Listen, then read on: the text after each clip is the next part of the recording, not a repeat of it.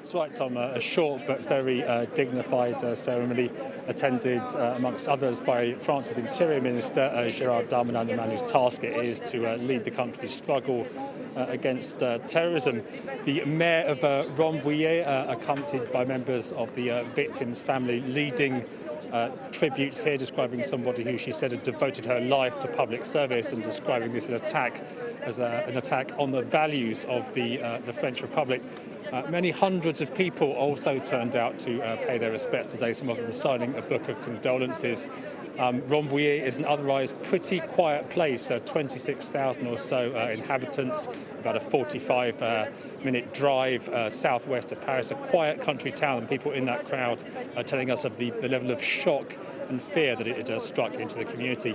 You're talking there about what has been a slew of terrorist incidents in France in recent years. Obviously, very well reported have been the likes of the Bataclan attack, the Nice seafront attack, Charlie Hebdo, etc. But there's also been a lot of incidents, often involving single attackers and single victims.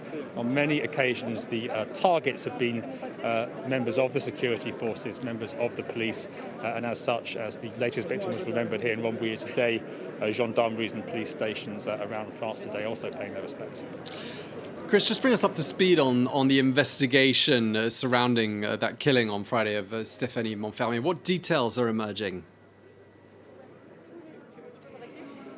As you said, the suspected knifeman identified as a 36-year-old Tunisian national who'd recently been naturalised here in France. Since Friday, we've seen arrested and taken into custody two of his cousins and his father. And his father, it seems, describing somebody who had become more devout, more rigorous in their religious practice in recent months, and somebody who had apparently been complaining of psychological worries and had indeed sought help for them. Authorities were pretty quick to cite radicalism as a motive, saying that the knifeman had looked at extremist material on his mobile phone in the run-in to the attack.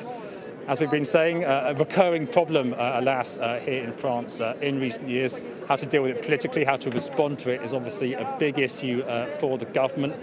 They've come under fire, particularly from critics on the right, on numerous occasions. Again, announcing new legislation in the last couple of days, or proposed new legislation, including, for example, measures to use an algorithm to monitor potential online people being tempted by online extremism.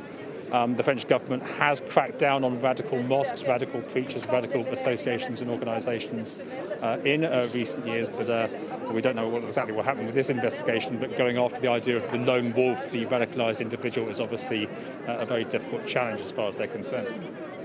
Okay, well, thank you very much indeed for bringing us up to speed. France 24's Chris Moore in Rambouillet, just outside Paris. Thank you very much indeed.